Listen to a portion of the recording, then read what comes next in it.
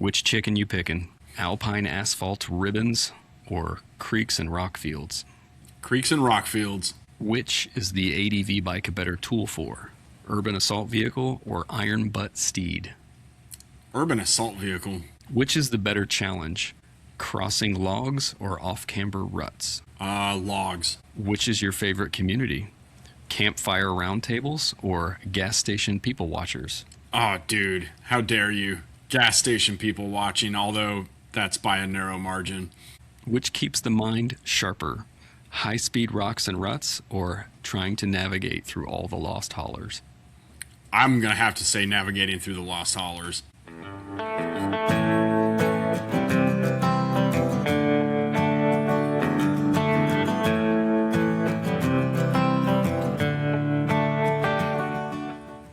Have you been eyeballing an adventure bike and thinking about making the switch from some other segment? Or have you bought an adventure bike and kind of want to reaffirm your purchase? Welcome to Moto Adventure Unscripted, a weekly podcast about motorcycles, travel, outdoors, and adventure. I'm your host, Drew Faulkner, and Mark joins me today to talk about 10 reasons you need an adventure bike. There's a whole slew of reasons why adventure bikes are fun, from having multiple surfaces to ride on to making your skills better, and we're going to unpack all of that for you today. As usual, we want to hear from you, the listeners. Hit us with email, motoadvr@gmail.com, or even better, leave a comment here on Spotify, and we might get a chance to read it on the air. The biggest thank you that we can get from any of our listeners is you send the show to one of your friends so that they too subscribe. Wherever you're listening, grab your beverage of choice, turn it up, and we hope you enjoy the show.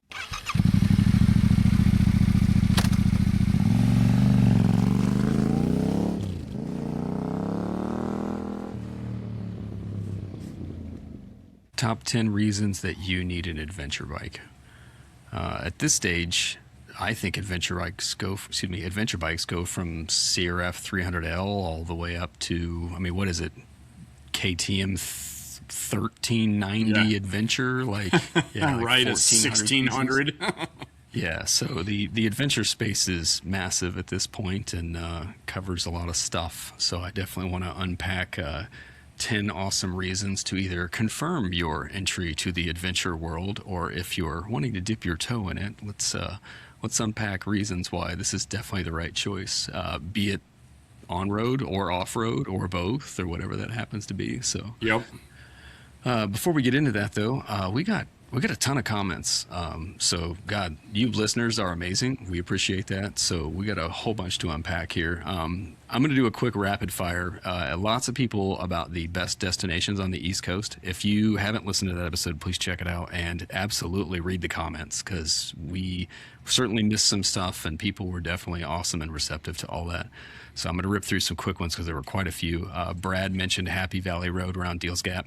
I recognize that, and I feel like I've been there, but I can't remember where that's at, so that was a good tip. Otto mentioned in Maine, and I'm going to mess this up. I think it's Kankamangas? I know I'm not pronouncing that correct at all. Yeah, we are not the two people to come to for pronunciation. Let's just put that out there. Yeah, an excellent native name, but yeah, what is it? Kankamanagas Highway? Somebody's yelling at their phone right now, so I'm sorry. James mentioned Route 33 in West Virginia. I think I looked that up, and I just like the other ones better, but I gotta pivot to that. I think James knows that better than I do, so cheers to that. And then Joe mentioned Zor Valley Road. I'm not sure where he was saying that. I can pull that up, and we'll come back to that here in a second. And then lastly, Bradley mentioned good call about West Virginia 15, or excuse me, well, I think it was 125 and 250. So those were good rows, and I can't wait to go see those in person. But that's those are rated gold on Rever, if I recall. So. Oh, really? Okay, I didn't even know that. Pretty sure that spot was there. That's what I think I mentioned in the episode. Like if you look through Butler Maps Gold, there's some seriously amazing stuff in West Virginia. So definitely check that out. Yeah, for sure. And like we could totally do another entire episode of East Coast riding destinations. Like there were several on my list we didn't get to. So none of them were these ones, which is incredible because now I've added to my own list. So thank you. What do you got, sir? Dude, I got a couple good comments here, man. I got one from Jedge, or Jeej, however you're going to say that. We're going to go back to the pronunciation game here with Tapoco. as in Topoco Lodge, that entire area around Topoco Dam and the Dragon area. That actually is Tallahassee, the TA, Power, PO, Company, CO. So Topoco. I did not know that. Did you know that? No, that was a cool little fun fact to add to all that. And that whole Tennessee area is full of stuff like that, so that's cool. It really is, man. He had the same thing for Chihuahua to give us a pronunciation on that. So appreciate the education on that, dude. Or dudette, whichever the case may be. I don't know. We got James Wright. Great show as always, guys. One of my biggest pieces of advice to newer riders looking to join a group is to show up prepared. Don't be the guy coming on a bike that needs completely rebuilt with zero maintenance done beforehand. Try to show some initiative. Dude, yes, preach it, James, right? Yeah. Preach it.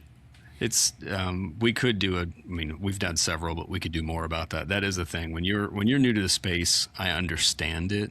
But it definitely helps before you get on a ride with a larger group to go with one of your friends that knows a few things about turning wrenches, and so they can look over your bike on the front end. Because I have been on several rides where there's a new person who showed up. No one's been able to take them under their wing, and their bike's kind of a disaster as the ride goes on. We definitely hit on that in the rider's etiquette episode for sure. That's a huge pet peeve of mine. I'm pretty vocal about that. So yeah, that's the way it goes, man. As the alibi, Joe Brock said Zor Valley Road in western New York, just south of Buffalo. So cheers, that's a good one. We did not give New York enough credit, so that was a good one. No, we didn't. Well, partially because we've never really been to New York. The one that I wanted to mention next, if I could get my phone to behave itself, Monk the World on the Affordable Off-Road Motorcycles bonus short episode that I just put out. I'm reading the wrong one here. That is Drew Technology, everybody. Just bear with him. Technical difficulties. He's got a new comment, and I'm looking for the old one. And for whatever reason, my phone likes closing the comments. It probably has nothing to do with the fact that you haven't updated that phone since 1999. There's definitely that. So, Joe Brock Spotify said, I've gone the opposite route of the outgoing bike. I went from a 1250 ADV bikes down to 300 dual sport. Now, I do a lot more off-road and single track and hardly any highway these days, so it's made sense for me. That was the episode 145, Pavement to Dirt, welcoming new riders. So I do like to hear that more people are deciding to get smaller bikes, and I think that's one of the reasons why I wanted to kind of do that episode, and then I want to do some more stuff on light adventure bikes. I think the entire culture's gone that way, not just age, price, but there's a lot of stuff. We'll get into that more later. Yep. You had another one, right? Yeah. To me, I have the comment of the episode. This is a huge compliment, so I appreciate this from Alexis Strickler. I've skipped my morning music and traded it for this podcast. Such a good listen, guys. I've been to the Dragon twice. Once on something that got cut off, I apologize for that, and once on my Sportster. Had the pleasure of staying at the motel right in the parking lot. Such an experience, which it really is. I mean, it is a special place. I overlook it sometimes because it's so close to me, and it's one of those things. Grass is always greener on the other side. But to me, to trade in your music for Drew and I, that's pretty impressive. So I surely appreciate that, and I know Drew does too. Definitely. Yeah. So the next one I got this right now. Finally found it. Monk the World said, may sound odd, but one of my biggest fears seems to be actually meeting other people. I've put out a lot of invites, but basically, I'm assuming he's talking about Facebook and whatnot, and they're not getting a lot of people in return. Like, so saying comments like, hey, I want to go ride and whatnot, and nobody's answering it. There's more details, so it's worth reading a comment. I wanted to bring that up because I do think that's still a thing, and we've done it in the group riding podcast, talking about I like to filter out to make sure that people have sharing taste, right? Because riding taste actually varies so much. So I really think for the people managing groups, to help people trying to find people to ride with, it helps to set up some group rides. That kind of means like, the playing field's a little evened out. You Yeah. might have some more take on some of that because you've probably done more than I have at this stage. No, I think you're right. I think at first you have to just, if you're looking to form a community like that, you just throw the general invite out there and you just recognize that there's going to be people of varying, skill levels and, years on the motorcycle in that initial group ride. And then everybody starts to kind of subdivide maybe going into the future. So those first few gatherings are just meant to, get people to kind of split into their own little subgroups, in my opinion. The Triumph Club always did a monthly ride, and that was it, right? Like everybody got to kind of come hang out with the club. So I'm putting this out there for people listening. If you manage some kind of motorcycle group on a Facebook page or something like that, try to host some, once a month get together somewhere just so that people get a chance to mix it. Because that is the thing, is that you can't guarantee you're going to find a riding buddy unless you run into him somewhere. So yeah, and then invite Drew to that group. Well, thanks everyone for the comments, and please keep bringing those in. We do appreciate that. I love reading those comments, dude. It keeps us motivated to keep making these shows. So, Yep. 10 reasons why you need an adventure bike. There's only 10? I mean, there are many, and I think that you and I are going to start splitting hairs across the list of 10 as I sent you what I thought the list of 10 should be. So, like, all right, save it for the show. Here we are. Yep. I think the number one reason, even if it's not the most important reason, but it's expanded riding opportunities. I think that's the first thing for me. When I say that, what do you think that means? Oh, dude, that means go anywhere you want to go, man. I mean, part of me wants like a big, heavy sport touring bike again, just to crunch some miles and get to where I'm going.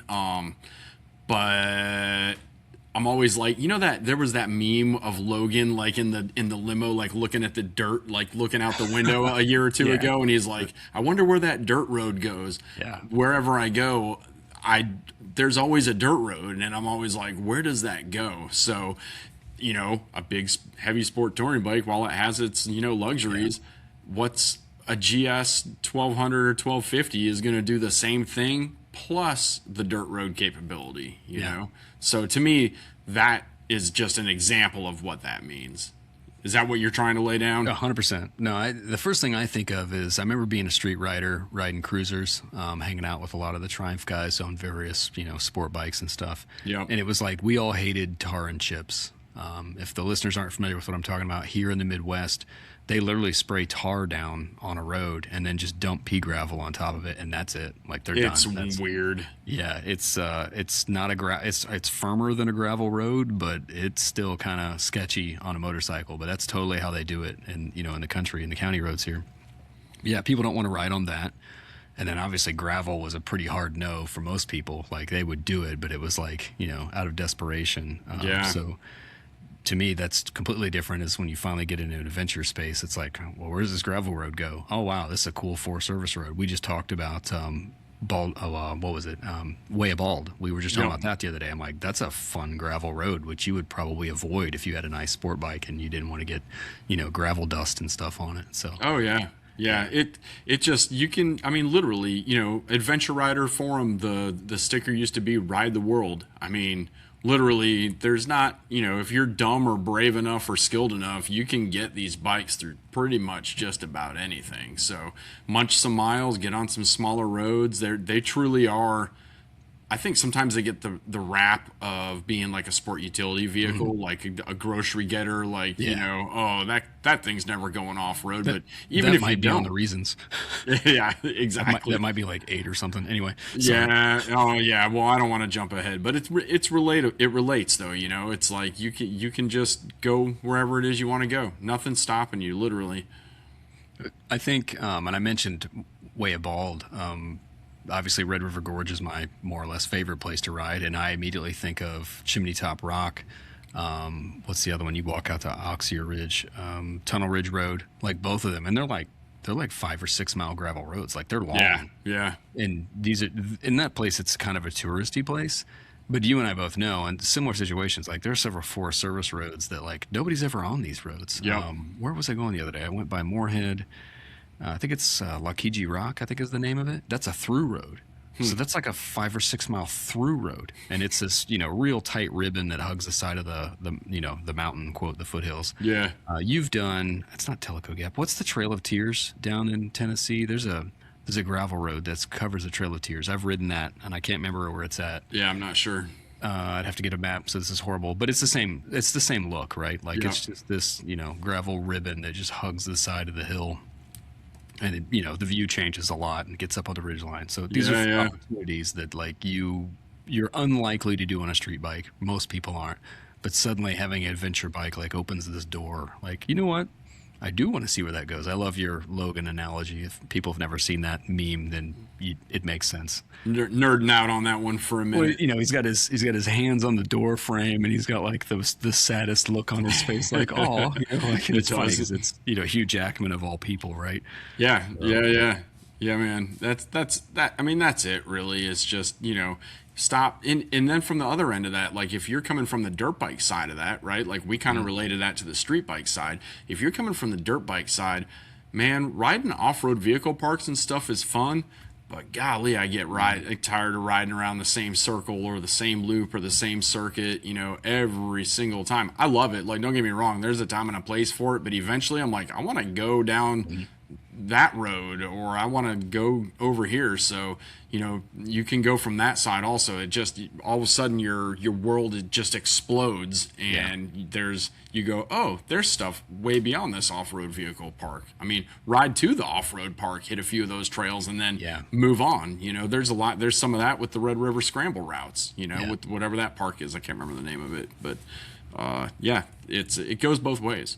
Yeah, I like that because it starts to mean, driveway to trails, right? Like the ability to do that. You don't have to ride in the truck anymore if you don't want to, if you're coming from the off-road side. Yeah. Are we really going down that route right now with the trailer and the truck? No, I think we can save that for a different episode because I'm going to pound that dead horse probably on another one. Awesome. But yeah, just the other thing I think of with that is, now there's backcountry discovery routes, Trans-America Trail, and it used to be a lot more difficult to like find adventure-y off-road places to ride. Yep. Whereas now, like so much big stuff is published all over the place. Oh, you can literally watch an hour-long movie. Like I've seen the new Montana Backcountry Discovery Route video twice now. Like, yeah. So like, there's all these opportunities to me, it's just the number of miles that you can now ride because they're unpaved that you were completely cut off from before. So, well, there's lots of routes now. Like actually, I met a guy named Jeremy Sparks today, who was hitting me up. He's a mutual, I guess you know him. He's a mutual friend now, but he was like, "Hey man, we're coming down to run the Chattahoochee BDRX and maybe the Smoky Mountain 500. Do you have any other routes?" And it's like that's become commonplace. Like you're looking for, like the route that has like the name attached to it, right? And I sent him some stuff like, there's not another route really, but here's some roads and here's some landmarks and stuff. So access to getting, a ride route in or a path to take, it's super easy now. I mean, everything has a little name to it, a little bumper sticker or whatever, Yeah. No, there's many episodes that tie into just this topic, right? Like navigation and how to prepare and tools and all that other stuff. But no, it opens so many doors. So I'm definitely like, nope. Everybody should try this out. Totally, man. Did I leave anything out? No, I think. Yeah, I think we got that one covered. Those are the bullet points. There were multiple competitors for 10 things, and I felt like several of them blended, so I looked at different ways. One, and this is relevant to right now.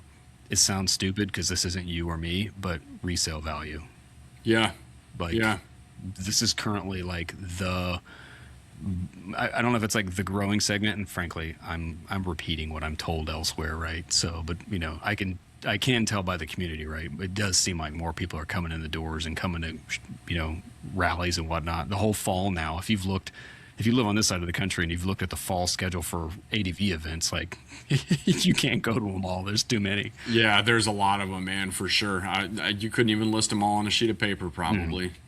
No, so I say that to say, like, hey, if you're a kind of person who wants to kind of flip bikes every couple years, this is one time where you can buy a bike and probably not completely lose your butt on it. There's some noted exceptions, which would probably be the T7 and the 890 for various reasons, and we can do that in a different episode. Yep, But, yep. for the most part, like, I'm amazed. What did I pulled up I think it was like a 2016 F800 GS the other day, and somebody wants like $6,000 for it. It's $5,000 is like the floor right now if you want an 800 or more. Like, Wow. yeah, like I know they're out there, and please go ahead, leave comments. I want to hear it. There's some cheaper stuff out there. We can talk about KLRs and stuff. We can even talk about new ones. But yeah, a lot of the staples, Tiger 800s and BMW GSs, are still commanding a pretty good pile of money, even though they're a decade plus old at this point. Yeah, it's at a certain point I've always made a joke, like a KLR will be worth $1,500 no matter what you do to it. You know what I mean? Like, that's not a slight towards, that's actually like praise for the KLR, because dude, my buddy had one. It was an old one, like the pink and blue and white one, Oh yeah. You had to start it with a screwdriver and like jumper it to like get it to start, right? And he sold that bike, and when he sold it literally for like $1,500, $2,000, whatever. When he sold it to the guy, he handed the guy the screwdriver and said, "You're gonna need this." And the guy was totally fine with it. You know what I mean? I mean, it's a $1,500 bike. You're never gonna, if you buy a $1,500 or $2,000 KLR 650, you're never losing any money on that motorcycle. I don't care what you do to it. Yeah, we're in a situation now that it is hard to find an adventure / dual sport motorcycle under $3,000. Yeah, I do want to. Well, we could talk about that. I do think it'd be good to talk about the deals and stuff, but that's not this episode for sure. Yeah. It's just an example of what you can do. The resale value is relevant. Yeah, absolutely. And by the way, like, hey man, I dropped my bike, and guess what? It has some scratches on the fairing. You try selling a Ducati 999 with some scratches on the fairing, dude. I mean, you're getting dinged for that. It's like if you sell, a 1090 Adventure with some scratches on it, nobody bats an eye. It's fine. It's unless you're seriously damaging things, that's a different story, right? But a little cosmetic damage, people just look right through it. So it's more forgiving. If the engine's beautiful and the chain is immaculate, but there's a couple rashed panels and whatnot, I'm like, it's not like you abused this thing. It was just, you dropped it, or you got too close to a tree or whatever. Yeah, man. Good job, George of the Jungle. Get that tree. Bush honeysuckle's a thing, but that's probably another podcast as well. It is. Yeah, that's also the name I danced under in college. Work that in for you. That is getting in the rally that shall not be named. So I know. Save that to every fourth episode. All right, copy. Anything else for resale value? No, I think what the point is the point. I'm curious what your take is on less traffic and less stress. Less traffic and less stress. Well, I posted on Instagram today a picture of the traffic jam in front of me while I work. Did you miss it? I did it later. I did not see it, no. So, and then it has the theme to Fight Club. This is your life. You are not your khakis. You are not the clothes you wear, whatever. All I do around here is sit in traffic, dude, and I can't avoid it because for those that don't know, I work out of a van. Like I am mobile. I work all day on the road every day. North Metro Atlanta. Everything's under construction here. Everything sucks. I can't make any time, right? And dude, I'll be damned if I'm going to do that in my free time, So there's so many things you can do on an adventure bike to get around the traffic. My brother and I were in Kentucky once, and the freeway split. We were on the freeway, and it split, and we went to the right. And as soon as we made that turn, gridlock traffic, dude. This was pre-Cardo. Yeah. I turn around, I look at my brother, and I like nodded off to the left, like, let's go across that grassy field. And he just kind of looked at me and nodded yes. Dude, we just split ass across this grassy field and jumped back on the thing with no traffic. It's like, and everybody was like, damn it, Oh, yeah. So my mindset first starts with, because I think we're gonna bring in bullet point number 8 after you've opened that can there. But I think when it comes to less traffic and less stress, to me, it is more access to remote areas. Yeah. All that stuff we opened with, to me, those places are awesome because it is more often that you can get out somewhere and not see anybody. I've talked quite a bit about now. I've been riding like southwest of McKee, Kentucky, and I'm like, I've ridden for hours down there and I've never seen anybody. Yeah. And it's really not that far from me. I can be home from there in 4 hours, the back way. Like, Yeah. So it's amazing how remote that feels. And to me, that is the relaxation combined with, I think of all those Amish roads that I showed you. Like, Yep. there's nobody out there. Like, you might encounter a local, but it's not like there's traffic there. We passed very few cars, let alone motorcycles. I mean, it was you can definitely get remote. A lot of these bikes, they have pretty good range. If not, you can strap a gas can on the side or on the back, and get away from all that stuff. Absolutely. Yeah, I think it also changes the rate of travel some. I do want to unpack that a little bit different, but I do think that you're paying more attention to the scenery, you're paying more attention to the terrain, you're paying more attention to, not very well paved roads and whatnot. Yep. And I feel like you get a lot more positive experience without having to slog it out on the highway. Oh, yeah. There are definitely places where I'm riding full tilt because I want to, but I feel like I can get the same miles per mile ratio and on an adventure bike in a halfway paved road that I don't have to go as fast and my nerves aren't, I'm not riding at 110%, that kind of thing. So Yeah. to me, that's the relaxation piece of it. Well, and to piggyback off that a little bit, when you go riding an adventure bike, you ride very similar to how I do. If you're on a main road, a main 2 or 4 lane road, it's not long before I'm scanning the GPS and I'm looking for an offshoot. Like maybe instead of being on Highway 60, there's an old Highway 60, or some other kind of, and even if it's not dirt, whatever, just to get off of this godforsaken 4 lane road. And so many times that's a possibility. So now you can just kind of skirt around. If there is any traffic, you can get around that stuff, find something a little bit more interesting, sometimes a lot more interesting. Yeah, with modern suspension and whatnot, some of those crappy roads aren't quite as big a deal on an adventure bike. Oh, yeah. Yeah, so I'm also not losing a lot of time by going to find a curvy, not quite as well maintained road, and it's much more stimulating to the brain. And to me, it is relaxing because I'm only thinking about riding. I'm not worried about a lot of cars. I might be worried about an Amish buggy, but I do expect it, so it's not so bad. But I'm not usually stuck behind a line of cars somewhere, and definitely not worried about cops. So it's pretty chill.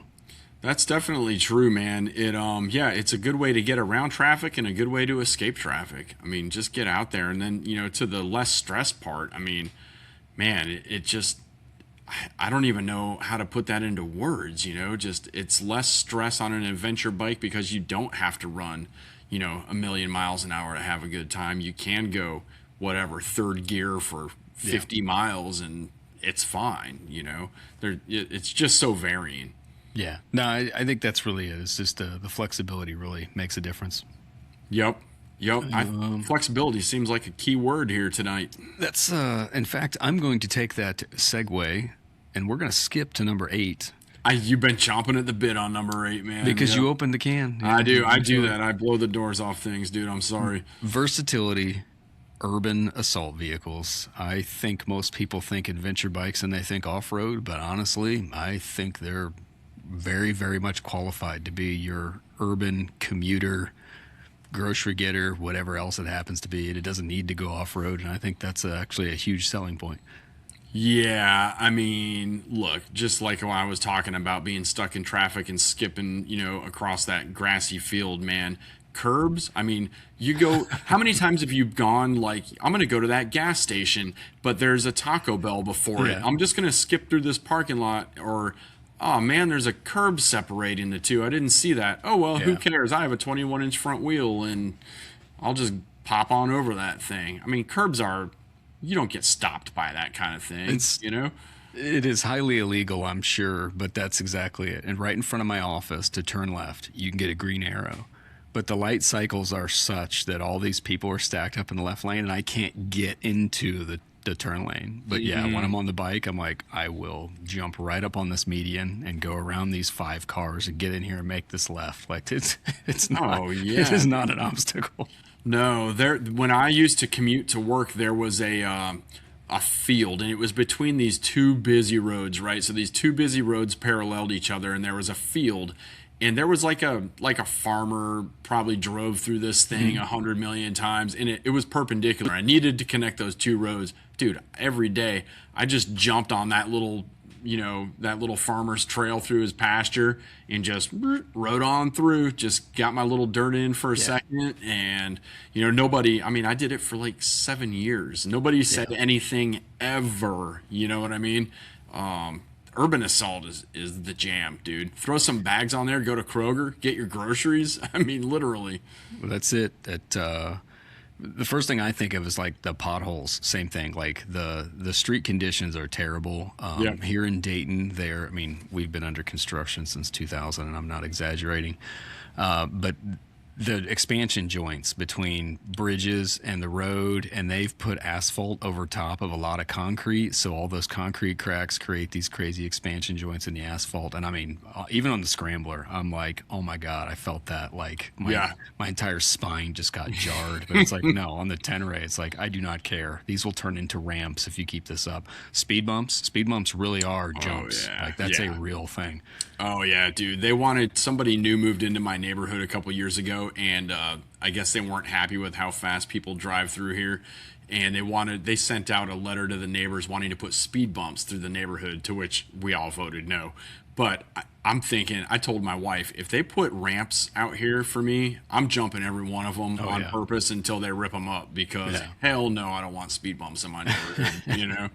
We have them at work, and I have to really practice restraint because I'm like, you just gave me a kicker to do a monster wheelie like that. Right. Don't, especially on the T7. Like it's ridiculous on that thing. I can do it on the scrambler too, but Yeah, yeah. it's bonkers. You mentioned luggage. The other thing is, yeah, adventure bikes. A lot of them come with stock luggage accommodations. You can buy stock luggage. I mean, KLR, V85 TT. I'm thinking of some other ones. Like they have a factory trim right now that all the luggage is on it. It's not even an add-on. They sell it as Yeah. that way. Yeah. I remember when the Triumph Tiger, it was like if you bought this, then you could get luggage for $800 or whatever it is. But now it's like it's a full trim for multiple brands. Yeah, totally. It's and you sometimes there's options, like they'll give you, like, you want the soft bags or you want the hard bags, and you just pick whichever one you want. The only downside of that is I feel like sometimes the factory luggage is not the luggage Yeah. I would pick. Same case in point, my Husqvarna came with some factory bags that I immediately put in a bin. I'll never use them. So if anybody wants to buy some factory Norden bags, hit me up. But And the term of flexibility, though, and that's kind of my point, right? Like, I absolutely ride my bike to work as much as I can in the Yeah. summertime. Saves on gas. I prefer it. It is, frankly, we didn't talk about this a little, but it's less stressful for me to commute to work on the motorcycle than it is the car because I'm stuck behind whoever. Whereas on Yeah. the bike, it's like I need 1/4 or less of the space to get around. But Yeah. you can go from commuting to throwing that luggage on and go on a weekend trip. Like it's the same bike. It's very little effort. It's super simple to convert from one to the other. So that's another huge selling point to me. Yeah, yeah, absolutely, man. It's definitely the most versatile form of motorcycling there is. I mean, I don't think you can make an argument against that. I got some more points here. Upright seating position. I heard somebody say it one Yeah. day, and I feel goofy saying it, but they say sit up and beg. I do not like that, but it's What? actually because what they're saying is it's like sitting on a stool. Your feet Okay. are directly under you, and you're upright. Shoulders wide. Usually the bars sit up a little bit higher on an adventure bike than they do on a regular bike, so you're not leaned over the top of it. Like it's a really ergonomically, I want to use the word correct. I'm sure someone who works in fitness is going to argue with that. That's fine. Leave comments. But like to me, it is the seating position I want to be in pretty much all the time. And on a lot of bikes, I struggle to find that. But it's really easy to set up an adventure bike that it's comfortable to sit in this position all day long.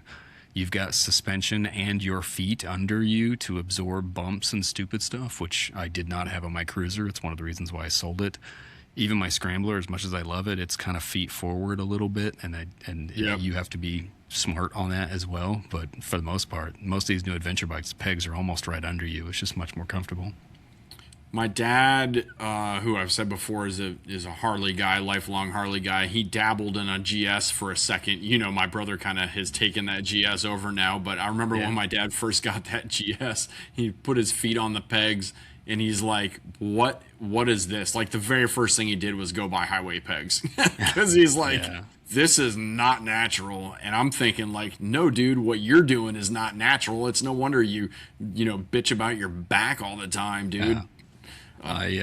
I love cruisers, but it's the gynecological exam position. I don't care what you call it. That's kind of what's going on there.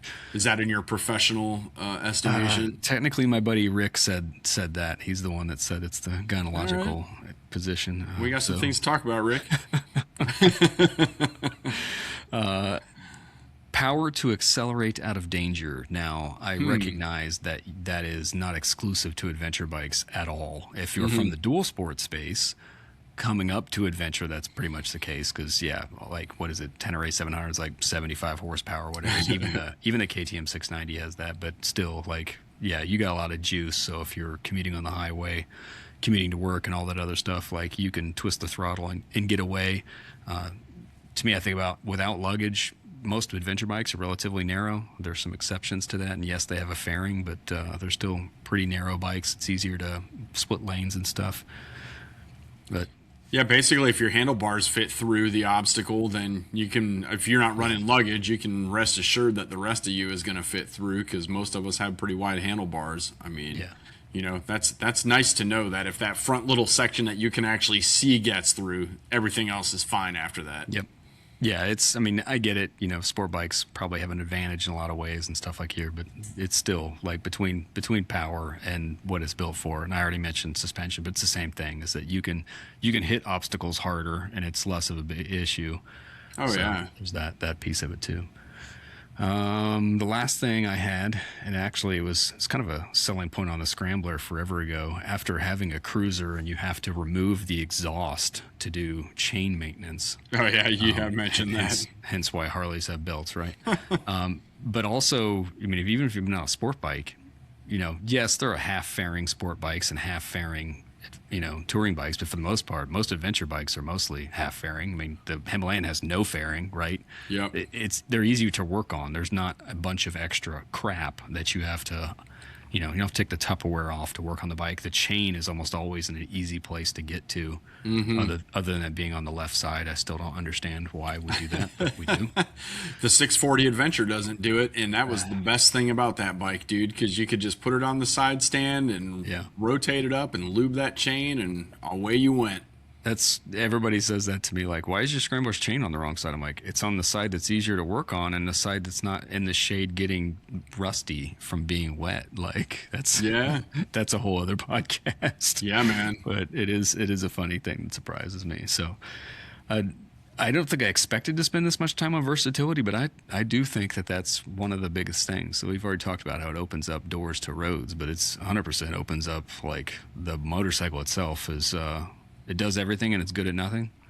Yeah, well, should I beat the compromise drum 1,000 times again? For listeners who haven't heard it, it's probably worth it.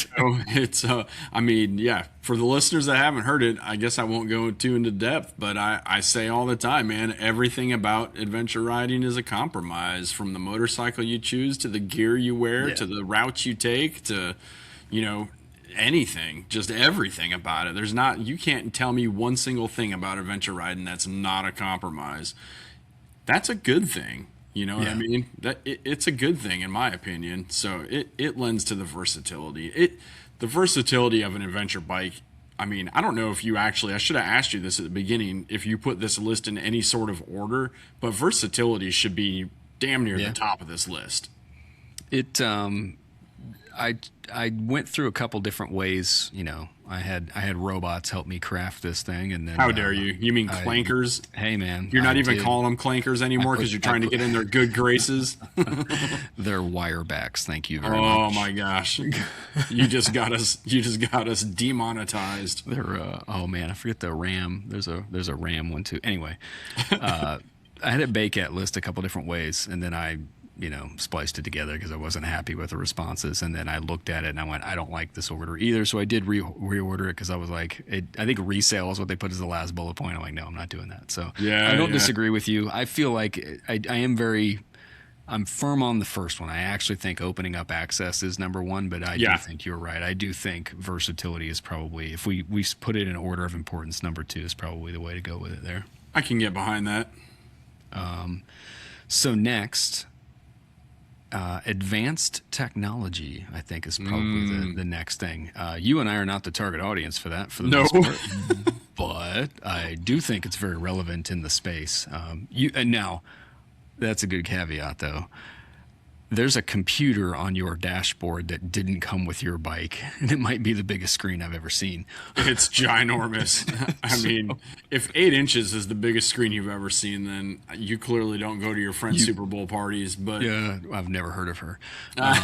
You have like an iPad essentially on your motorcycle. Now, I get that's not factory, but my Yep. point was only to say that in the adventure space, there's some serious tech geeks, and despite you not liking certain bike tech, navigation tech is something that is coming with bikes and you absolutely love.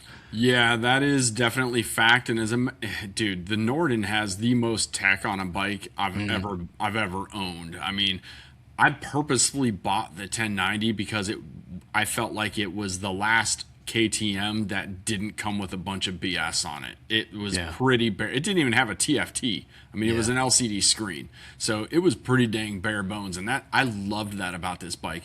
I got the 901 and I'm like, I don't want, like, it comes with a heated seat. I don't need a freaking heated seat. That bike runs hotter than, all 7 hells combined anyway. So what's the point of that?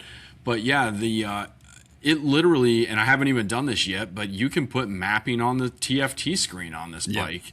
You can sync them to your phones, heated grips, cruise control. This bike has cruise control. It was weird the first time I used cruise control too, because I'm not used to that at all. I've gotten so good over the years at doing everything with my left hand while I'm riding down the road that to do it with my right hand now feels completely unnatural. And there are so many jokes that I know you want to make. But, it's to your point, they're loaded with stuff, man, and you almost can't avoid it anymore. No, it's the first thing I think of as we talked about nav. I think it's the Africa Twin. I think if you get the new Africa Twin, you might have to get the Adventure Sports. I'm not sure, but they had like Apple CarPlay. That comes on the bike? I'm pretty sure that it was the Goldwing, not an adventure bike, and the Africa Twin, if I remember correctly. You could get Apple CarPlay integrated into the new TFT Dash. If I'm wrong, please leave us a comment so I can get that straight on the next episode. But I remember Honda was kind of putting a focus on that. I know it was on the Goldwing, but I feel like because the Africa Twin's kind of like their adventure flagship, Yep. I'm pretty sure that came on the Adventure Sport trim, if not Cool. both. But I think, wow, that's a different podcast. I think there was a moment there where that was where they were doing the push, but I have a feeling that there's underhanded something going on, that although manufacturers kind of started like launching their own navigation app. But I mean, even the Royal Enfield Himalayan, there's an app on my phone and it connected to the bike and I could get directions on the dash screen of the bike. So That is cool. Yeah, I mean, it is better than we were, right? Because lots of folks are not very good with maps these days. Maps comes with its own issues, right? Looking down at the tank when you really need to be looking up, you're already looking at the speedometer, like that stuff helps. As much as I poo-poo the $2,000 upcharge that they put on bikes, and they're like, ooh, new TFT Dash. I think that's subsided a little bit now, but that was a big thing right around 2020. Yeah.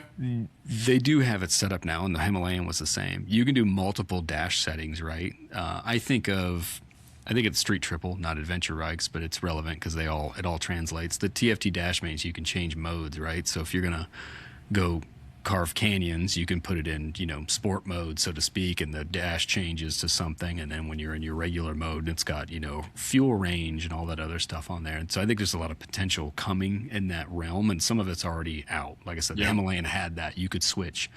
Do you want the tachometer to be your primary? Do you want it to be your speed? Like, what is it? So that was kind of a cool feature they had on there. On my bike, I can have like all the information I want. Like, it has so much information. Or you can have like a minimalist screen, which is pretty cool. Unfortunately, it doesn't give me some of the information. I want like in the middle somewhere, you know what I mean?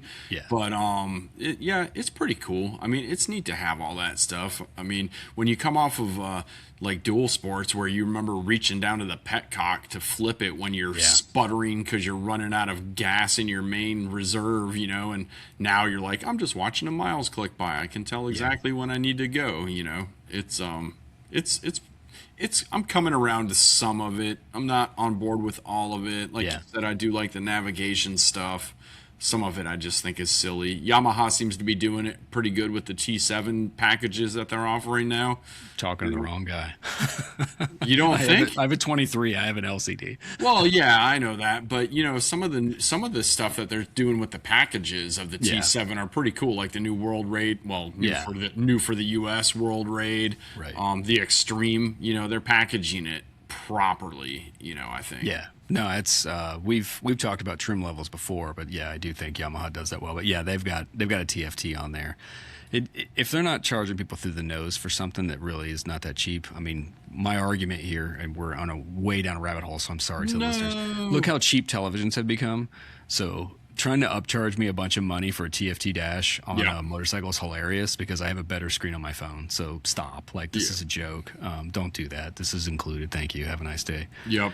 I do want to talk, I think, of the Wonder Wheel on BMW. They're which so is cool. Bonkers. I don't know. Maybe I am the target audience for that. I don't know. But there's an entire left-hand control that's designed to, turn up your music and get through all these other menus. And there's a lot of stuff going on there. You can use your navigation with it. Yeah. The reason I brought that up was actually electronic suspension. Like, that's this thing now that the suspension can be set up to automatically detect if you have a passenger or do you have luggage on there, and you can use your Wonder Wheel, or if you're on a multi-strata, you can select all these different settings for how much adjustment you want, or you confirm do you have a passenger, and it does all this automatic stuff for you. Again, not my jam, but it's evident that those people who like that are in this space. I can think of people's names off the top of my head. Even if they don't touch that stuff, they love having it. Like, it's just something that they enjoy. They like having the techie stuff. So it's a feature that's available. Yeah, and I mean, look, it is cool. I mean, some of that stuff is pretty cool. It's nice if you can. What I think would be cool is if you can just like electronically enter in your own preload, for example, right? So, okay, yes, I have a passenger. I don't want the computer to dictate to me what my settings are going to be. I'd like to just enter it into the computer myself, and then it sets it in. That'd be cool. Yeah. But, side note, dude, when that suspension fails, you may as well just buy another bike. Yeah, it is a good question, what's going to go into that. Yeah. You mentioned cruise control, but now we also have lean sensitive ABS, which limits how much ABS you use based on lean, and then adaptive cruise control, which I, for the life of me, do not understand. Finally experienced that in a car the other day. It's hate weird. It, but I have no doubt somebody listening right now is like, oh my God, this is life-changing. You don't like that? Like, so taste is, there's no metric for taste, clearly, but that's a thing now that you can get adaptive cruise control on a motorcycle. Yeah, my wife's Subaru has that adaptive cruise control, and I find it highly annoying because I'll start slowing down and I won't even realize it, and I'm like, oh, I don't want to do that, you know. So like it's not it's not a feature for me. On a bike, I don't know. I mean, I'm so used to not even having cruise control, period, that just having the cruise control is probably going to be pretty rad, riding up to wherever I'm going. But, adaptive is weird. Plus, to have the adaptive, like, you've got to have that weird sensor in the front. Like, it takes away from some styling options that they have, I think. Do you know what I'm saying? I do.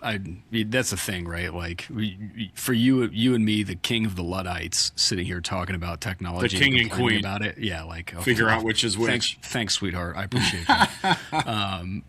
Yeah, I wouldn't.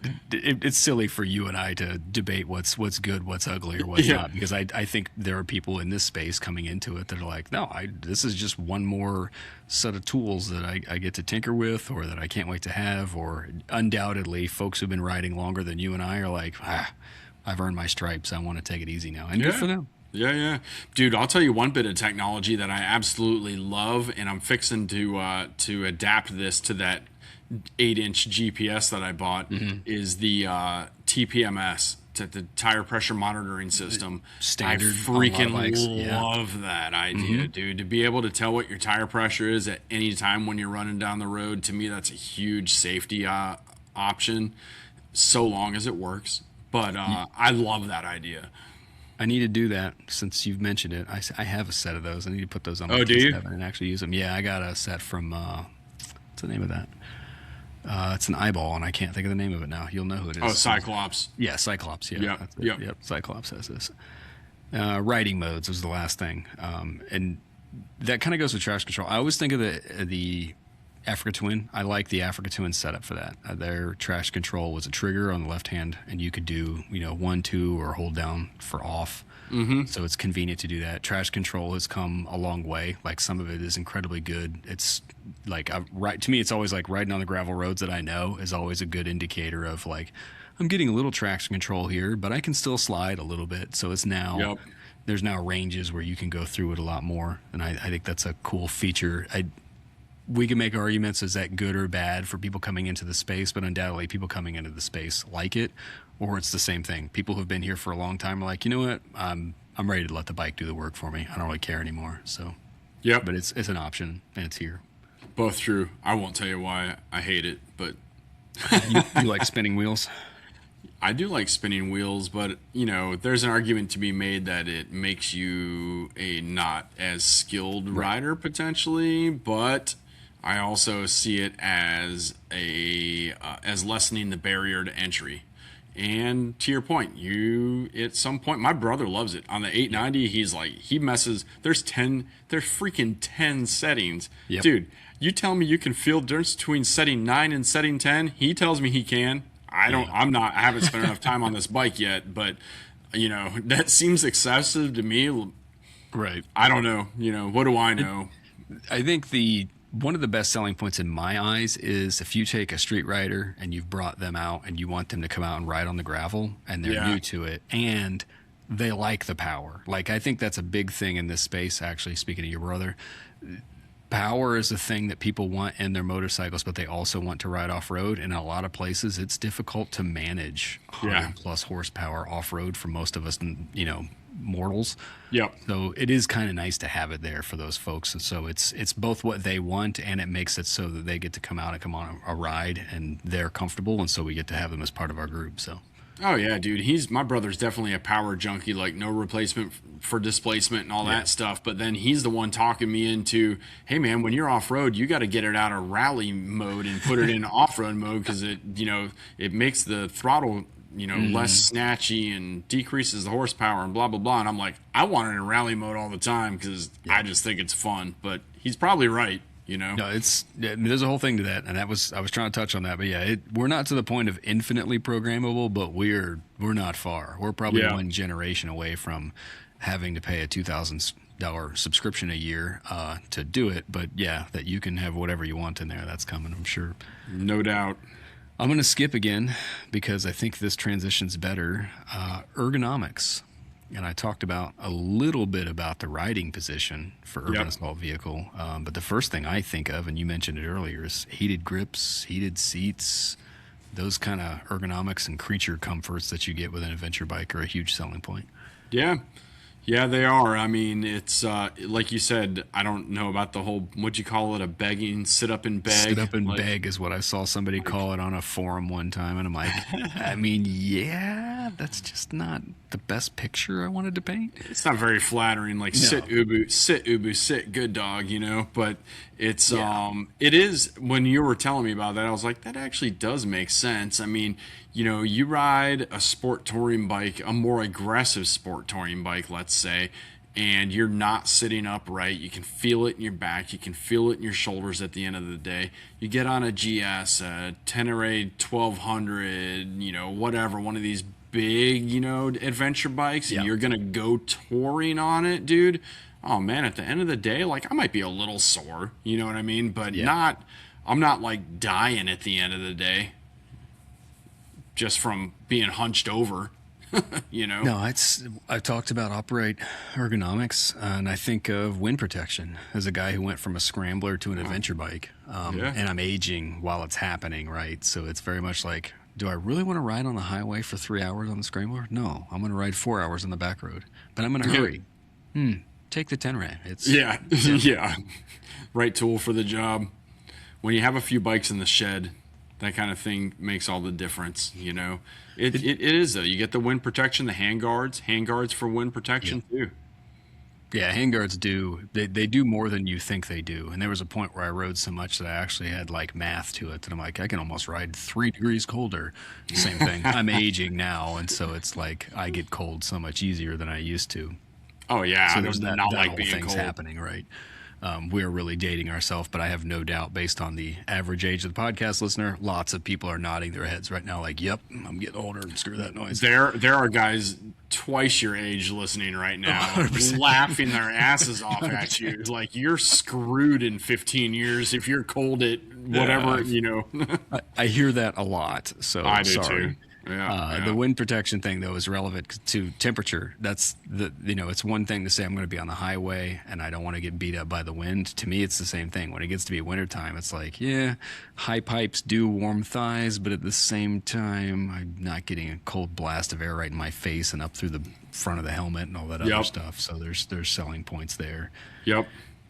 We mentioned luggage. And I think we should probably expand on that some, because I think Himalayan's got, if you buy the rear luggage rack, you've got front luggage, you've got back luggage. I think of crash bars are a thing. Everybody and their mother's got crash bar bags, and I'm jealous because those things are pretty rad. Skid plates to stash your tools and stuff like that. Like, there's so much space to pile crap onto an adventure bike. It's bonkers. Literally, I'm with you on the crash bar bags, dude. I do not have crash bars on my Norden, and nor do I want them, but man, it looks pretty cool when someone's got like the little 5-liter bags on there. I'm like, that is a really handy place to put stuff. But yeah, you can, dude, crash bar bags, to your point, some skid plates you can throw tools in, top racks, top cases, saddlebags, tank bags, I mean, freaking number plate bags, front fender bags if you have a high fender. I mean, there's an infinite amount of places to just stash stuff under the seat, in the fairings. My Norden, in the side fairings underneath the seat, has little plastic boxes. I don't even know if you know this or not. There's little plastic boxes inside those fairings on hinges with a rubber strap. You can just pop those off, and I don't know what I barely have anything in there because they're not very form fitting for my toolkit or anything, but they're there, I mean, that's the thing. Even if you don't want to ride off road, if you're the customer that just likes having a bike and how it looks and a style, and you change out bikes and segments every couple years, the selling point to get into an adventure is, like I said, the urban assault vehicle. You can bolt all kinds of crap to it, and it totally looks cool. Like, people just think it's cool, even if it's useless, whatever it is. Like, it's the coolest thing ever. I like what you said about fender bag. That was another good one that you don't see that a lot on adventure bikes, but you absolutely should. Like, that's another place to put a tube or map or whatever it is that you have to. Oh yeah, stuff man. in there. Dude, handlebar bags. I mean, you can stack bags on top of bags. Yeah. I mean, the amount of money you can drop on, let's just say this, the amount of money you can drop on luggage on an adventure motorcycle, it never ends. Yeah. You can spend so much money on luggage for your bike that it's just crazy, because you literally can strap bags on top of bags, and God forbid you can't find, like, I have a hard enough time when I'm trying to pay at the gas station, sometimes remembering what pocket I put stuff in. God forbid you can't find that pair of gloves you wanted to throw on for some reason because you can't remember what bag you put it in. It makes me wonder, if we took a Electroglide and looked at how much luggage capacity you have on it, could we fill up a GS with a full luggage suite and like crash bar bags and that whole jazz, and it still be lighter than an Electroglide and carry more stuff? Yeah, we should 150% do that. Yeah, we should totally like look at how many beers can I stuff in an Electroglide, and how many Red Bulls can I stuff in a BMW? Oh no, like some kind of Spark coffee or like Black Rifle coffee or something like that. How many Starbucks coffee cans can we stuff into a GS luggage or whatnot, and then weigh them side by side and see who is lighter? Because I'm betting we can put more beverages on a GS and we might get away with it being lighter than an Electroglide at the end of the day. Somebody, I forget what company I saw, they were actually using beer cans as a metric for how much their stuff can carry. Was it Built Well? Yeah, you're right. Still 80 bag. You're right. That's exactly it. Is how many ounces of beer or whatever it is. It's freaking genius, dude. Yeah, you can tell me it's 28 liters, but who in the hell knows what 28 liters looks like? You tell me it can carry six packs. I know exactly what that looks like, you know. I'm pretty sure that they make Sportster saddlebags and they call them the Sixers, because that's awesome. Exactly it, is their size so that you can put 6 packs on either side of the. I actually debated getting those for the Sportster at one time. So love it. No, so we kind of talked about urban assault vehicle. Same thing. Creature comforts, long travel suspension. They absorb the bumps a lot better. Seat options, like a lot of the factories have comfort seats that you can get. That's a little bit easier than ordering aftermarket. I'm not saying you shouldn't order aftermarket. I'm just saying, like, you know, there's a rally seat available for this bike or that bike, and you can get all that stuff from the get go. Well, and they're height adjustable a lot of times. Yeah, you know, both my the 1190 had a height adjustable seat. The Norden has a height adjustable seat, heated seat to help add into that creature comfort. Yeah, and then the aftermarket, you started to touch on it for a second. The aftermarket support in terms of getting a custom seat built. Oh my God, dude. I could think of 10 of them off the top of my head without even thinking about it, you know. Well, I mean, I'm used to Seat Concepts, which is a dual sport aftermarket seat, but they make one for the Tenere. Yeah, they make them for all kinds of stuff now. Yeah, so that you're because of the adventure space, now you're getting fed from both directions. The street market is making parts for your bike because you have a street bike, and now the dual sport market is starting to creep into the same space because the KLR and the 690 are starting to line up with the 890, and so it's like, well, we can make something for that too. That's another customer. Yeah. So no, that's a really great point. Passenger accommodations, and I actually think that's something that people don't think about enough. Yeah, it's relevant. Yeah, it's huge. I mean, it's you know, I would love to know what the split is on adventure riders that have a passenger at times and those that don't, because you know they sell like passenger foot peg delete kits and all that. I would love to have one of those because it cleans up the lines a lot. But the truth of it is, my son likes to ride on the back. Yeah. So I keep all that stuff on there, man. And I'll tell you what. It is a lot nicer to have, you know, the most of the time the back seat on an adventure bike is stepped up. So, you know, he's 10, so clearly he's shorter than I am. It puts him up on a level playing field a little bit. He can see kind of over my shoulder, you know. Same for my wife. I mean, clearly she's shorter than I am too. So she can, you know, see over my shoulder, look around, check things out. Sometimes I feel like they could do an even better job, you know, in terms of making that passenger seat even more comfortable rather than going with the lines of the motorcycle. But they're far better than a sport bike seat. Which did you see the new KTM, whatever the new fancy sport bike is they came out with? It had a little bitty seat on it. So like there's a maxi pad on the back of the bike. Oh dude, it was brutal. And I'm like, why even sell? That's like an insult to women to say you should sit on that seat, you know. It's crazy. Or men if they're sitting on the back. And I don't mean to be sexist. I'm sorry, I'm old. I'm doing my best. I'm at least like cognizant of it. My wife spent a lot of miles on my Speedmaster when I had it, and that thing had a gunslinger seat, and that passenger seat sucked. What's a gunslinger seat? And man, I don't think I can describe this on air without it just being ridiculous. But you know, narrow toward the front, for the rider and then panned out for the back of the rider.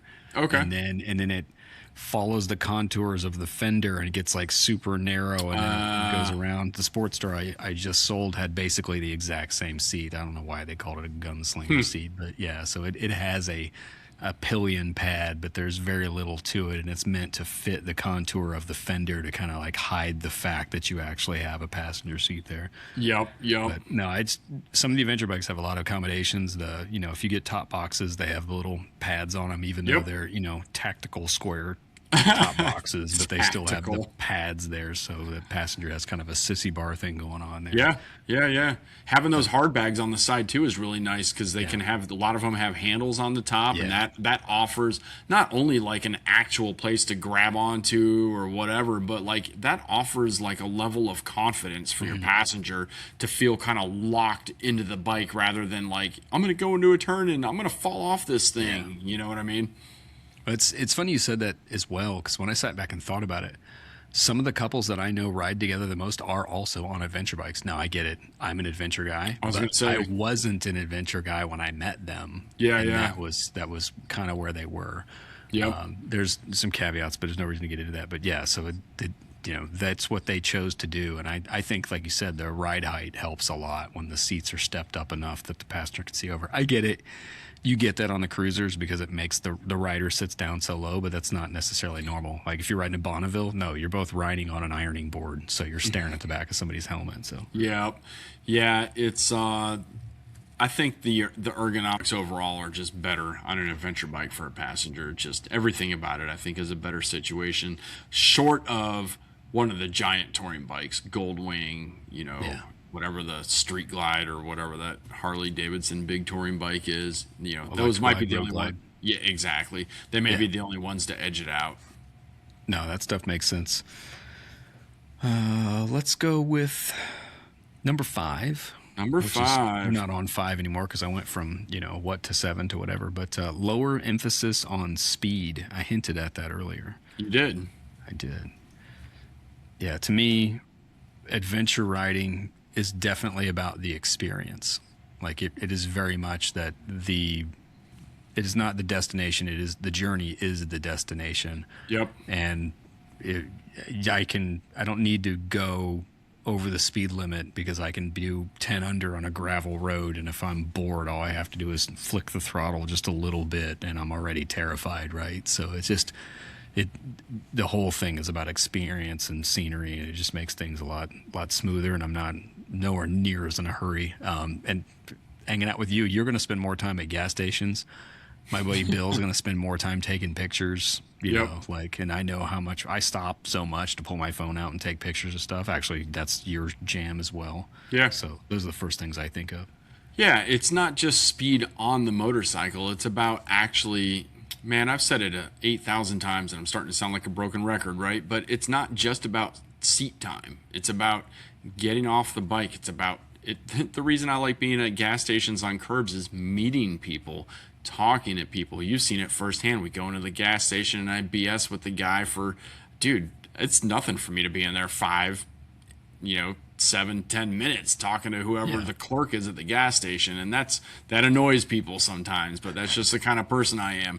Dude, I've been invited to dinners from people I've never met before, offered good road suggestions that I never would have found, GPS or not, 8-inch GPS or not, I love that kind of thing. So stopping to take pictures, stopping to, take a pee break. I mean, just getting off the bike and checking something out. Like, hey, I rode up way above. I may as well climb that fire tower. Yeah. That fire tower in Ohio I don't know if we were on the Soul or wherever it was we were. It's like, we're going to take 10 minutes or we're going to climb this thing, because how often do you get to climb a fire tower that overlooks, that portion of, Ohio or wherever we were? That's the kind of stuff that you want to do. That's why adventure boots are so popular, because people want to put an emphasis on having something comfortable yet protective to wear while they get off the bike, walk around, check out that creek, check out that waterfall, walk into that store. That's why that's such a popular segment. Yeah. I really feel like the most scenic places you ever see are typically not on a paved road.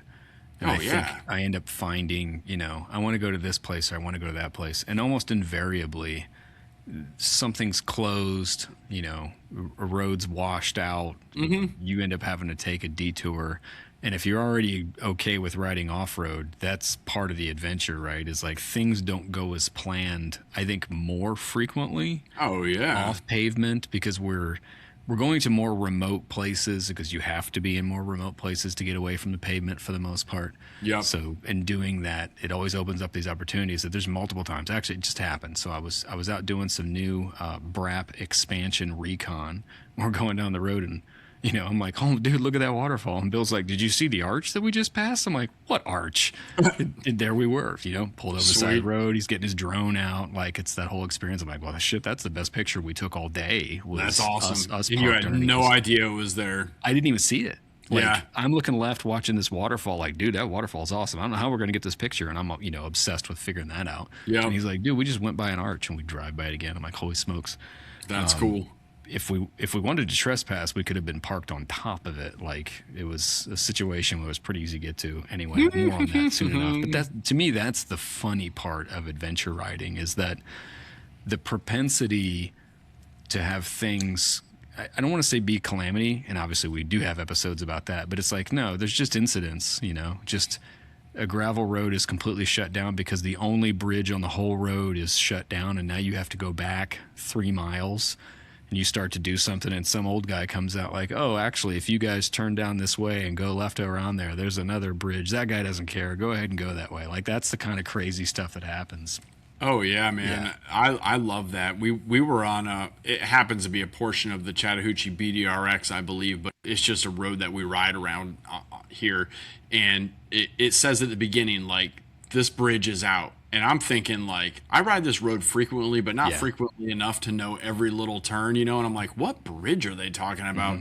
Dude, we get down to the creek, and I mean, not only is the bridge wiped out, but they have blockaded this thing, And it's like, sure enough, there's like a trail that's been cut around this, because you're like 8 miles in.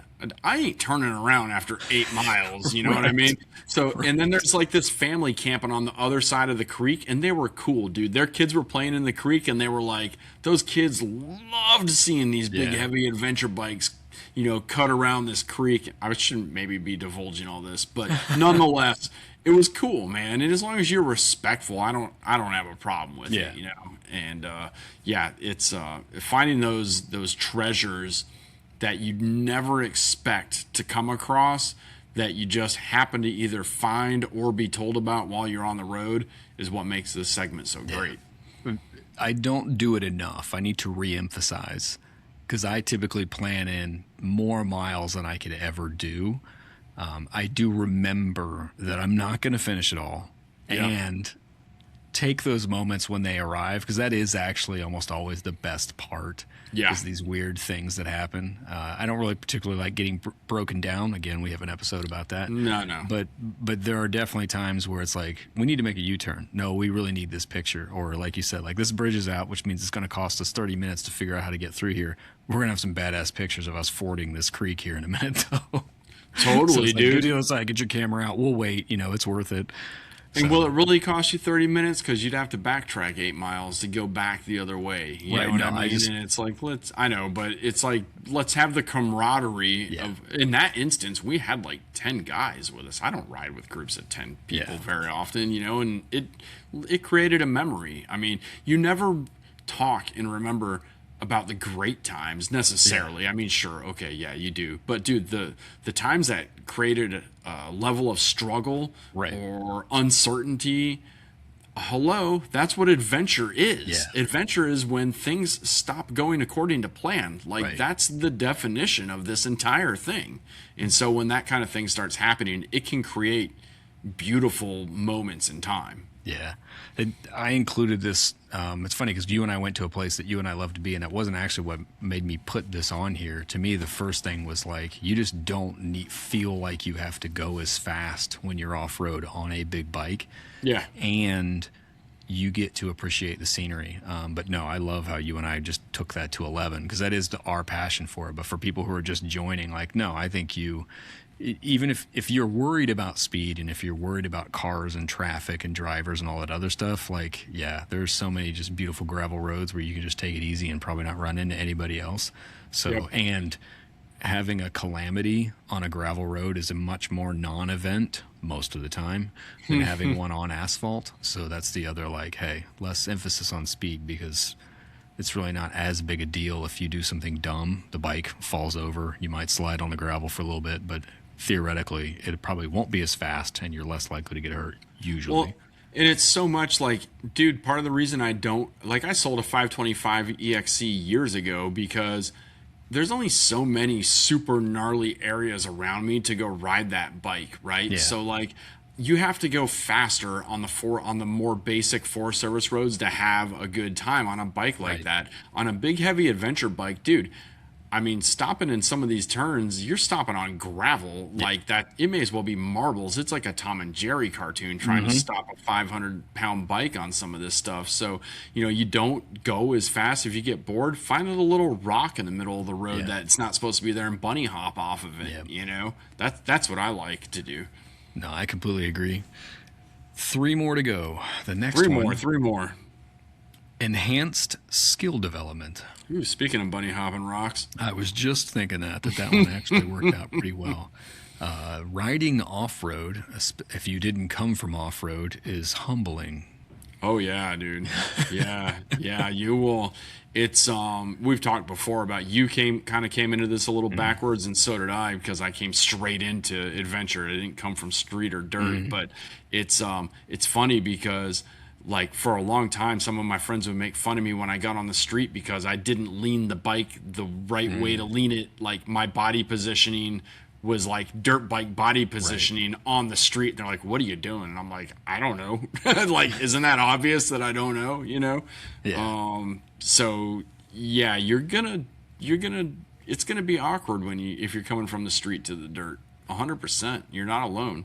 I think the first thing I think of is clutch skills. Like riding on the street, you don't really use the clutch a lot except, starting To on a shift hill. gears. Yeah, and that kind of thing. Like when you first start, like that's all you can think about. But after a while, it's it's like second nature. But when you get off road, the clutch and throttle control like reveals itself very quickly. That the first couple mud patches and goofy lines where you kind of get stuck in a puddle or whatever else it is. Like very quickly, we all discover like, my hands are weak and I don't know how to modulate the clutch without spinning the rear tire. And now I'm not going anywhere. And, lots of fussing, fighting, and falling down sometimes. Not to scare anybody away, but like, yeah, it becomes very obvious that slow speed skills and clutch control are like the biggest priorities. And it's an opportunity to learn. And then more importantly, you become a better street rider. Yeah, you definitely do that. And to your point a second ago, like I brought my wife to an ADV rally years and years ago, and it was a paved driveway, but then there was like a 6-inch drop when the pavement ended to the gravel, and you could just watch people coming into this rally all day, and like you could tell who the good riders were by how they handled that drop in first gear at 2.5 miles an hour, because any idiot can twist their wrist and go 150 down a straightaway. But when you start getting into the technical terrain and you have to slow it down a lot, that clutch and throttle control comes seriously into play, along with balance. Yeah. And you can tell. Yeah, I like that. Balance is a huge thing. Obviously, people coming from dirt already know all this stuff innately, right? The bike just got heavier. But yeah, people don't realize how important balance is. And I went ice skating recently, and my niece is like, why are you standing on like one foot? And it's like, that's how bad my balance is. Like, I'm trying to get back to a place where I can do this, because I used to be able to go around the whole rink on one foot for like a long time. But can't do that. But it's the same thing in the adventure space. Like, if you have the balance to dab and do all the other stuff without the bike falling over, the whole experience can get better for you. So this pushes you. I want to take this to the next phase, is that like fitness, like you're getting fitness out of riding the bike a lot more versus riding a street bike. I mean, riding a street bike is better than riding in a car, but riding an adventure bike off-road means standing up the entire time and putting body English on the bike. Like it's its own level of fitness. Yeah, it is. You have to.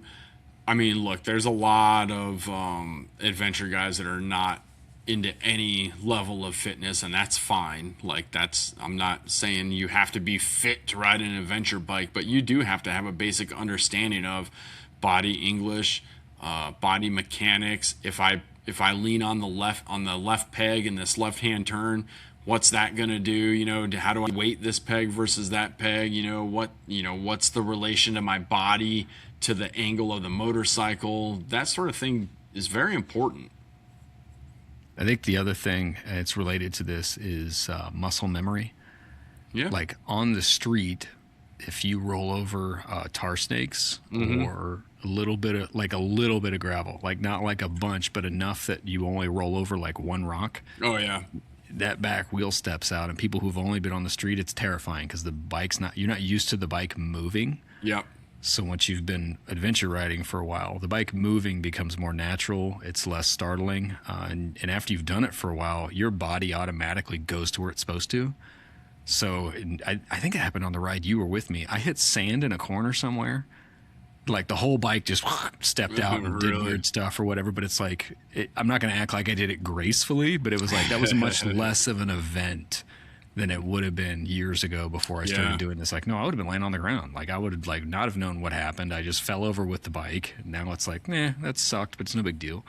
It's putting the reps in, dude. It's no different than my son's little league team. We go to batting practice before games and try to pitch them as many balls as possible, because swing, batter, swing. You know what I mean? Like, just try to hit that ball as many times as you can, and eventually your brain and your muscles, your body are going to make that connection. And adventure riding is really no different. The more you do it, the better you're going to be. The more often you feel that loose gravel on the road, the better you're going to react to it in the future. Yeah. It's just, the way it works. It welcomes you into it, right? When you're a street rider, it's like, I want to avoid gravel. I don't want to see any of it in the middle of the road. But once you've done adventure riding, it's like, that's, that gravel's countable. I'm not really worried about it. It totally changes the dynamics of how it works on the asphalt. Yep. Last thing I wanted to talk about was terrain reading. Once you've been off-road, like, you innately begin to look further up the road. You start identifying threats sooner. It also works for traffic. Like, you're used to doing it off-road because you want to see logs and ruts and other stupid stuff, and then you can start applying that to cars and traffic and whatnot as well, that you've got better vision. So I think that's another big thing. It definitely is. I mean, it's I got a buddy who has a sticker on his bike, on his front fender. It says "Eyes Up," because he's looking down, and it's like, no, dummy, like that. You need to be looking up. And so it's just it's a little way he reminds himself, like, nope, look back up, look back up.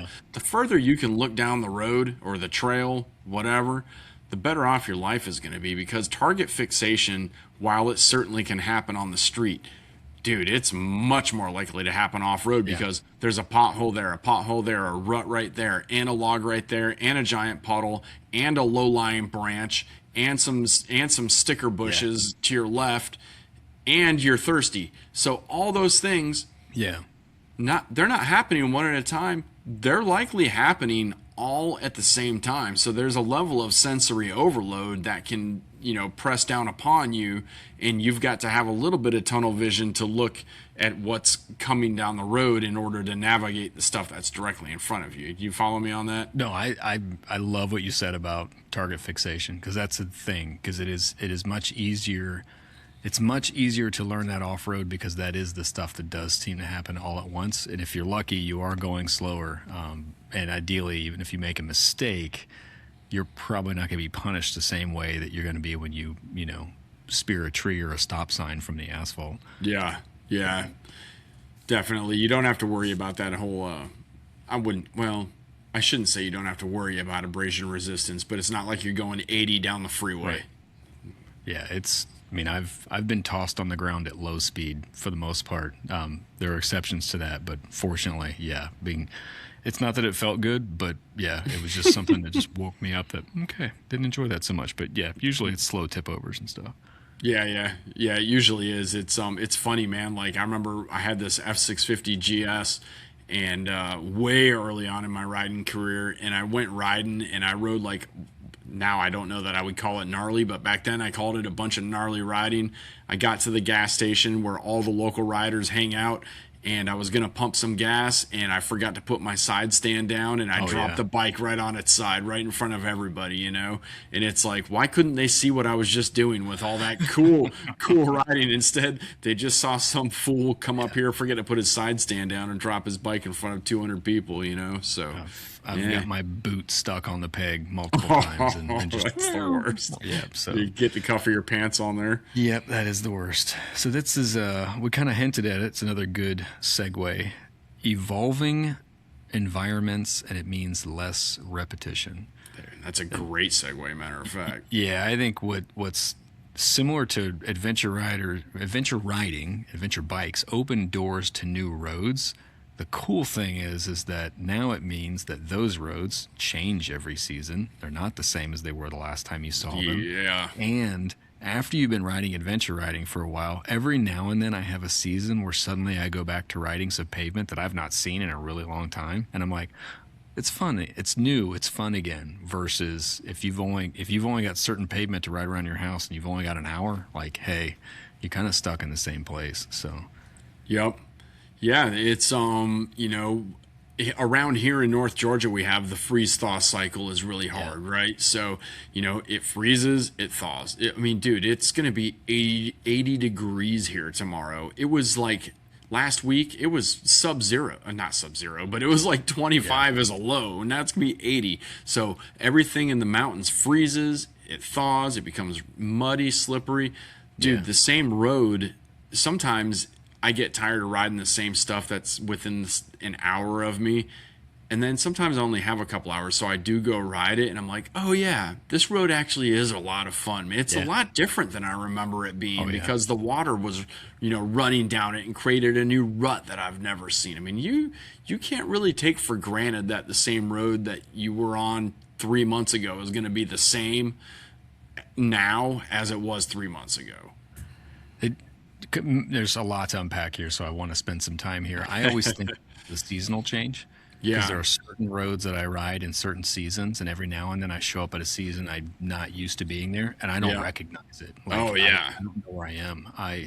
It's not adventure related, but I was recently riding some trails, and I was like getting lost in the woods because I've never been here in February before because it's never been this dry until just recently.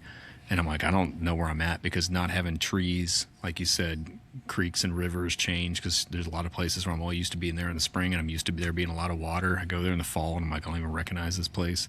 Yep. Combined with, like you said, what the spring rains do to completely change ruts and creek crossings and all that stuff. Yep. Yep, and then that's just to say, then you get Jeeps out there and they're wallowing around in it. Now you've got a side trail to get around the main trail. Yeah. And I mean, put it this way, you ride Red River Gorge. I ride Red River Gorge once a year. Yeah. And I've, been there in times where it's underwater, some of those trails. And then I've been there in times where it's really dry and I'm like, have I ever ridden this road? Yeah, you idiot. You ride it every year you're here. It just looks completely different because of the weather. I think of Spass Creek because so many people know that road that I'm like, I wish I had photographs. I mean, I have a couple, but nothing does it justice, right? That road is unrecognizable today to what it was in 2016 when I first found it. Oh, I totally agree. And ironically, it's better today for now, but I've watched the hardest place, pick the hardest 100, 200 feet on that road. That has moved to so many different locations in the 10 years that I've been going down there, that there are places now that I'm like, there was a spot where it was that close to being impassable on a motorcycle. Like the Jeep pit got so big on a spot where there was no go round that we almost couldn't ever do it. We had like 3 people holding a bike up on like a 1 foot wide, piece of dirt there. Yeah. So, but yeah, the evolution. And then the other thing is like, I have preferences on the way I like to ride certain routes because it's funner. Yep. It's funner. If you ride the route the opposite direction, it's a completely different experience. Like Yep. you don't recognize where you are. Like the challenges are completely inverted. Like there's not necessarily an easy way or a hard way. Like I said, there's a way I prefer riding it, but like if you're bored, ride that the other way. Like you can do that on pavement, but it's just not the same as the off-road side. That riding a loop in the complete opposite direction changes everything. Yeah, totally. And a lot of that has to do, are you going uphill or are you going downhill? Right. Are you on the side of the cliff that prefer, like a lot of riders prefer to turn right instead of turning left, or Yeah. leaning, I should say, so is Yeah. like, is that your comfortable side? Are you uncomfortable that way? Are the ruts working for you here? I mean, Yeah. going uphill, I think most people enjoy going uphill more than they enjoy going downhill. Downhill, if you're going through some gnarly stuff and you're going downhill, sometimes you're just at the mercy of gravity, Yep. dude. That's There's so much you can do.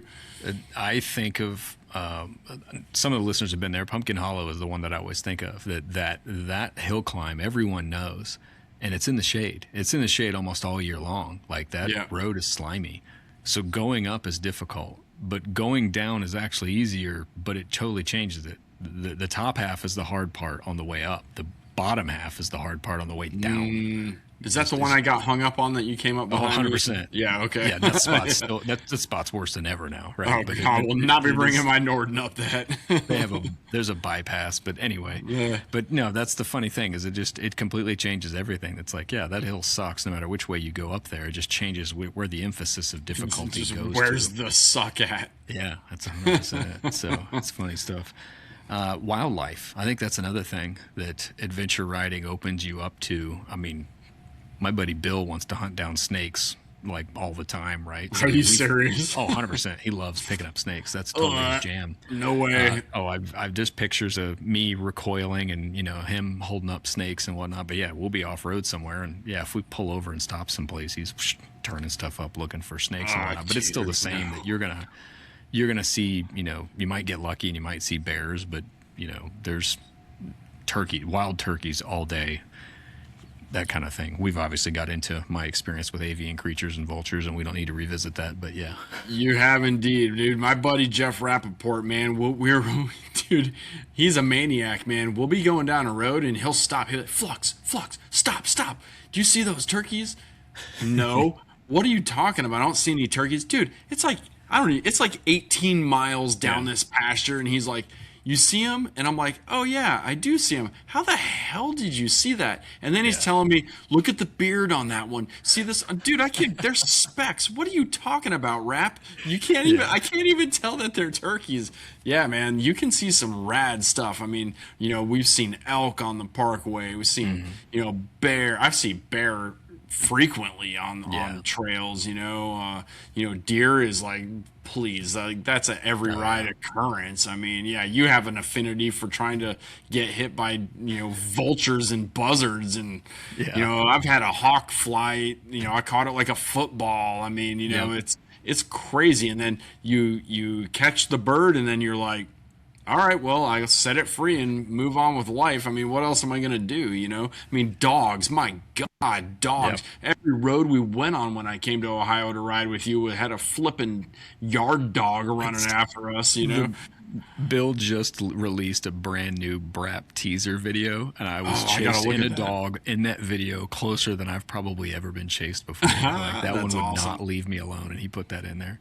Dude, there's so many dogs. I mean, we've passed drainage ditches full of puppies. It sounds so terrible, but it's just country folks operate different. If you're from the city and you go to the country and you're like, why is there a ditch full of puppies? Because that's where the mama dog had the puppies, bro. Like, they're gonna be fine, You're that guy too, right? Like, somebody's gonna stop and take a leak, and then you just made a dog as a friend, like that. Yeah, I could. Some of my early Kentucky street riding experience. That's exactly it. We took a wrong turn somewhere, and the dogs came out to greet us, and people were like, "Well, we have to pet them." Like, of course we have to pet them, dude. We were camping in Tennessee, over east of Tellico Plains one time, and it was butt ass cold. I mean, it literally probably got to like 19, 20 degrees that night, and it was a hunting dog found our camp and one of the guys we were camping with like let that dog sleep in his vestibule because he was just shivering all night. And then next morning, his owners came, and I don't know how that hunting dog thing works. They have little That's funny. antennas and stuff like Doug from Up, and he came and got him, and it was fine. But yeah, it's yeah, man, wildlife is crazy. Yeah, there's much to be with that. The last thing is every ride has the potential to be an expedition. We have undoubtedly already unpacked that episode, but needless to say, as we've hinted to already, like it is not difficult to set it up to go. You know what? We've only got 2 days, but you can get in enough trouble that you'll have plenty of memories. That's for sure. If you plan enough stuff or you plan a remote enough ride, you can, witness all of the wildlife we've mentioned and get into trouble for sure. I would definitely point people to the Tales from the Road episode for stories of that. Yeah, man. It's the ride can be, if you want an expedition, you can make it happen by planning one. Yeah. Sometimes you're going to have an expedition just by fate. I mean, It was meant to be one of those rides where things go south and it takes 6 times longer to get back, and you got to call your wife and beg for forgiveness or whatever you got to do. This is the Tales from the Road episode now. Yeah, it totally is. Yep, I'm not going down that, but yeah. The last one, and this is the one that I wanted to make sure I ended on, strong community culture. It's a great way to end it. Yeah, I think I make a joke that, and I'm serious as a joke, that motorcyclists are in a cult. And the adventure cult is 100% a strong one. It is. It is. Man, if you want to go riding for the first time with me on an adventure ride, I promise you that you're going to want to do this again. It may not be with me necessarily, but you're going to get a taste, and you're going to go, holy crap, there's just so much to see and do out there. I mean, and the community is a huge place for that. I mean, we've talked before about how to set a community up, where to go meet people and all that sort of thing. But, dude, the number of rallies, to what you were saying earlier, if you look at the rallies on the East Coast, I mean, there's, 50? I mean, March Moto Madness is coming up. Yeah. As of this recording, this is March. It's coming up this month. Yeah. It's huge.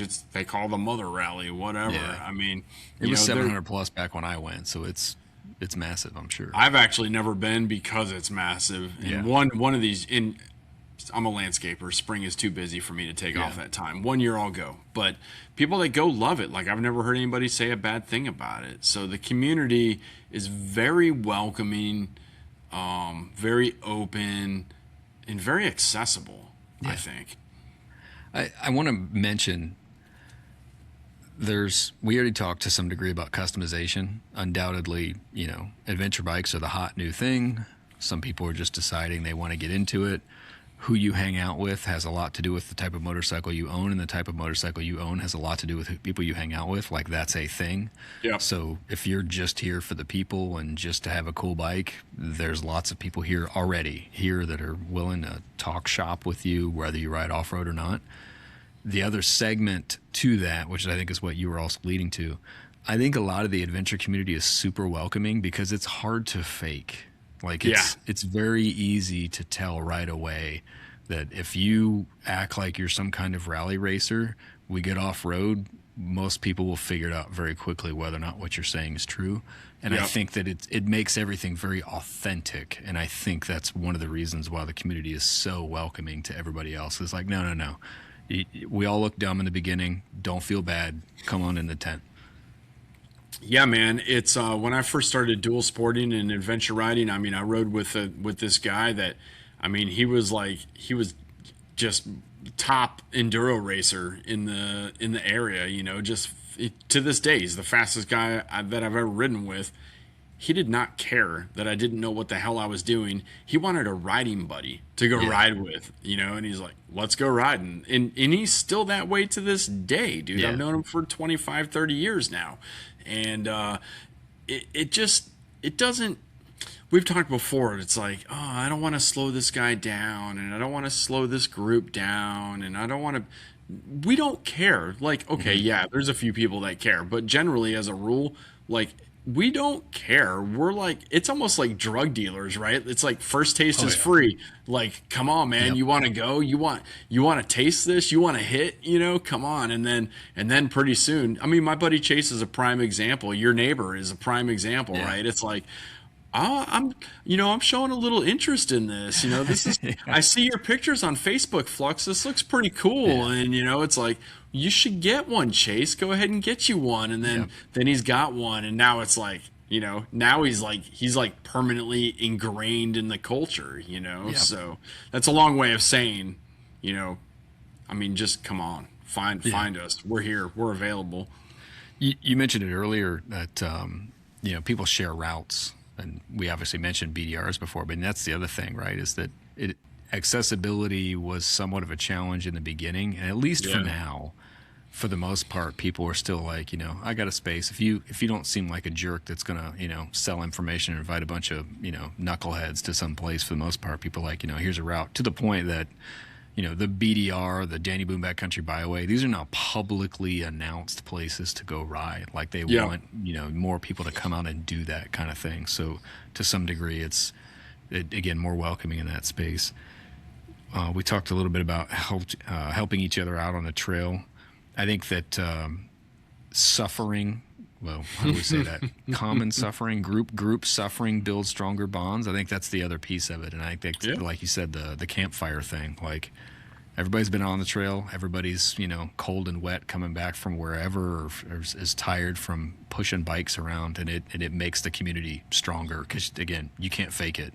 So Yeah. I think that's another huge contributor.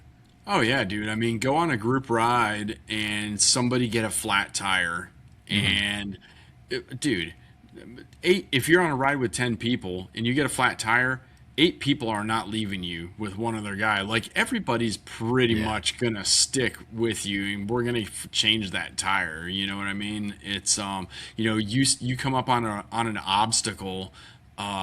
We're stopping. Like I'm gonna Yeah. stop. Like if I'm leading a ride and I know that this was like, oh, that's a cool creek crossing, or that's a kind of a crazy rock climb or whatever. Like I'm stopping. I'm taking your picture. I'm gonna offer you suggestion on the right line to take if that's what you need. But we're gonna make sure you're gonna get through it. It's almost militaristic in the way of like no man left behind. Yeah. That's how I feel about it.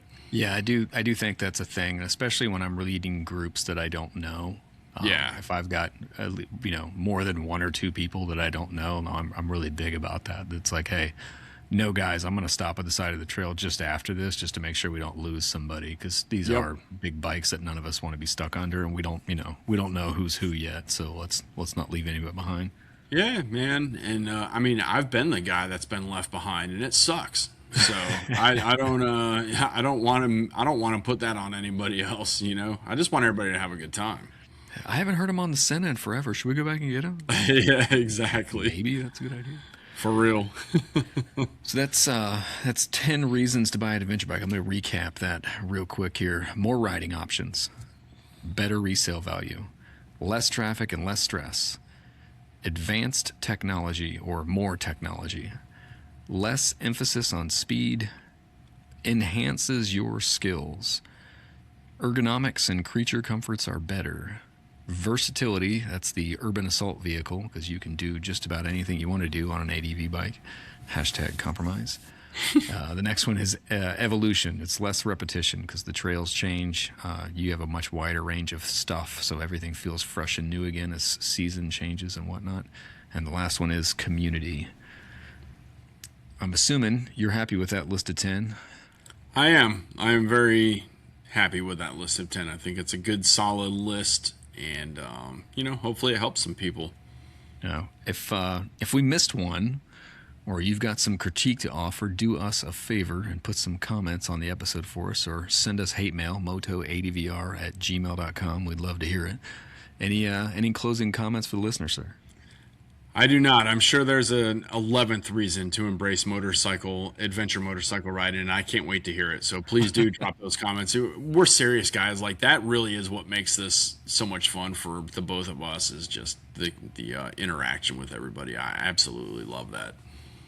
The community piece is it. So Yep. with that, we will catch the listeners down the road.